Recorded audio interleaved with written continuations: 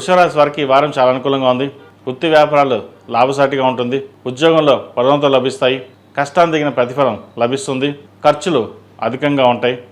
వచ్చిన ధనానికిను ఖర్చులకి సరిసమానంగా కాకుండా ఇంకో రూపాయి ఎక్కువ ఖర్చు పెడతారు. నలుగురిలోనూ హుందాగా ఉండాలి, మన పేరు ప్రఖ్యాతులు తెచ్చుకోవాలి, కష్టపడాలి, 10 మంది మనల్ని గుర్తించాలి అనే భావంతో కష్టపడతారు. అదేవిధంగా ఏ కార్యక్రమం చేసినా సరే, ఏ శుభకార్యం చేసినా హుందంగా ఉండాలని చెప్పి ధనాన్ని అధికంగా ఖర్చు చేస్తారు. ఖర్చుని అదుపులో ఉంచుకోవడం చెప్పదగినది. అదేవిధంగా భాగస్వామ్య వ్యాపారంలో ఉన్నవారికి ఈ వారం లాభసాటిగా ఉంటుంది.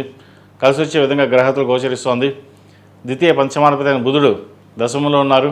రాశ్యాధిపతి, షష్టమాధిపతి, సప్తమాధిపతి, వ్యయాధిపతి అయిన శుక్రుడు, బుధుడు దశమంలో ఉన్నారు.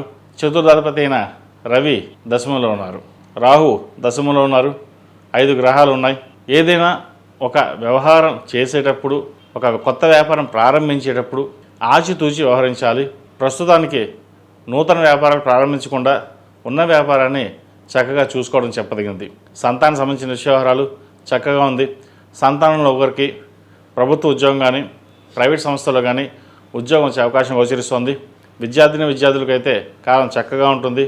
కష్టే ఫలి అన్నారు పెద్దలు. కష్టానికి తగిన ప్రతిఫలం లభిస్తుంది. అయితే పెద్దల మాట వినకుండా సొంత నిర్ణయాలు ఎవరైతే తీసుకుంటారో వారికి కాస్త ఇబ్బందికరమైన వాతావరణం చెప్పవచ్చు.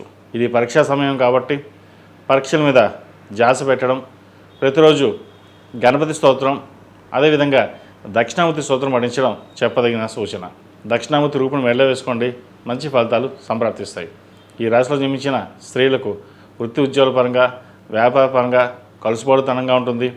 అయితే ఆశించిన స్థాయిలో కొన్ని అవకాశాలు చేద్దాకా వచ్చి చేజారిపోతుంటాయి. మనోధైర్యం కోల్పోయేమో అన్న భావన ఉంటుంది. ప్రస్తుతానికి గ్రహగతులు బాగున్నాయి. ఎటువంటి భయాందోళన లేకుండా మీ కార్యక్రమం ఏదైతే ఉందో, ఏదైతే పూర్తి చేయదలుచున్నారో అది పూర్తి చేయండి. భూ సంబంధించిన వ్యవహారాలు సానుకూలపడుతుంది. రియల్ ఎస్టేట్ రంగాల వారికి కాలం అనుకూలంగా ఉంది.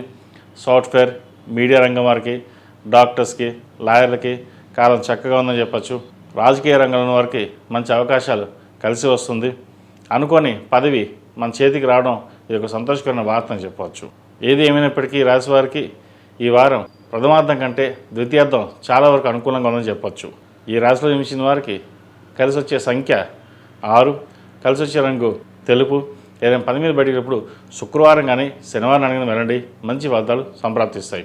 ఈ రాశి వారు ప్రతిరోజు ప్రతినిత్యం ఓం నమః శివాయ ఒత్తులతోటి హనుమాన్ ఒత్తులు కలిపి ప్రతిరోజు దీపారాధన చేయండి. నరదిష్టి కానీ గ్రహదిష్టి ఏమైనా ఉంటే కనుక తొలగిపోయి మంచి ఫలితాలు సంప్రాప్తిస్తాయి. ఈ పూజస్టోర్.in పసుపు కుంకుమ నుంచి దేవత విగ్రహాల దాకా అన్ని రకాల పూజలు, వ్రతాలు, గృహప్రవేశం, హోమాది శుభకార్యాలకు కావలసిన పూజా సామాగ్రి అంతా ఒక్కొక్క క్లిక్ తోనే మీ ఇంటి వద్దనే పొందండి. ఈ పూజస్టోర్.in